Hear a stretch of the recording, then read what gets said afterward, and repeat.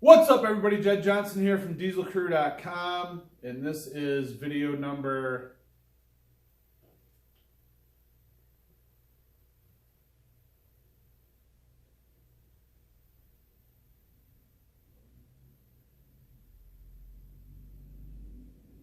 This is video number 11 in the 31 days of Q&A, and this question comes from Derek Voglis here on the YouTube channel. Thanks for leaving this comment. And he wants to know, in terms of crushing grip, what exercise do you feel best helps besides actually grippers? Sledgehammers, fat grips?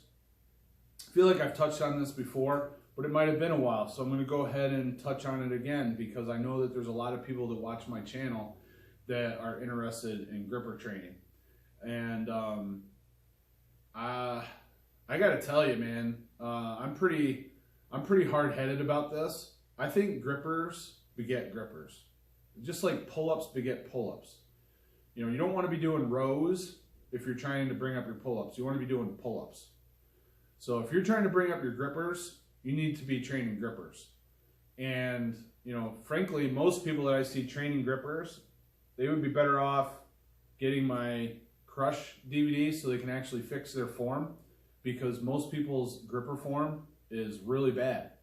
And their form is keeping them from progressing. And it does not matter what other exercises you do, you're not going to be able to improve on your grippers until you correct your technique. So that's the most important thing right there. So he brings up sledgehammers. I have no idea how sledgehammers is going to bring up your grippers. I guess if you were like doing a drill where you allowed your fingers to open and then close them back up on the sledgehammer, then that would be crushing grip. But I don't see that bringing up your grippers. Fat grips, no. There's almost no correlation between thick bar performance and grippers. It's if you look at the bell curve, you look at the people that are really good at thick bar, those people might be good at grippers, but I bet it's under one of the lower legs that people actually train fat grips and then respond better to grippers. I could be wrong on that, but in my opinion, those two aspects of grip are completely unrelated. And I don't care if you're using, you know, the exact same fingers for fat grips as you are for grippers or not. The two things are just totally different in nature, and the level of overlap and crossover is minimal. I would say if there's anything, so I like to base my answers on experiences that I've had in my own training and in working with individuals on their crushing grip. And there's one drill that I can suggest that I think I've seen has helped people with their grippers, but I can't tie a measurement to it, and that is heavy rack pulls out of a cage with your normal barbell.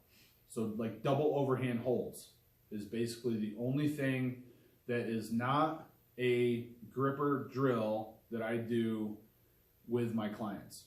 And I don't do that with everybody that needs to bring up their grippers. I don't. The reason that I started doing this is a couple guys, my real good friend Mike Rinderly, and a guy who's not really involved in grip anymore, but he was really, really good at a very lightweight when he was involved, Daniel Reinhardt. Both these guys credited rack pulls and holds with an increase in their gripper abilities. So I was talking about that more recently, I want to say in 2019, with Mike Rinderly, and I began using that in some of my clients' training as an accessory movement. And there's been a couple guys that have responded really, really well to that. Some of them didn't, so we pulled it out. So it's not a guarantee. I'm not telling everybody to go and do rack pulls and commit to doing 6 months work of that, because you got to remember that anything that you throw into your program that is going to be demanding is something that you're going to have to recover from and be able to contend with for your next gripper session. And I can tell you that if I train deadlifts, which you guys know, almost all of my deadlifts for the last 2 years have been double overhand, no hook grip, no alternating grip, and no straps. So by doing all that double overhand work, I really haven't seen that much increase in my grippers. But what I have seen is, like, my grippers sometimes suffer if I end up training them after my deadlifts. So I usually deadlift on Wednesday, and then occasionally, because of the way my training program rolls, grippers fall on Thursday.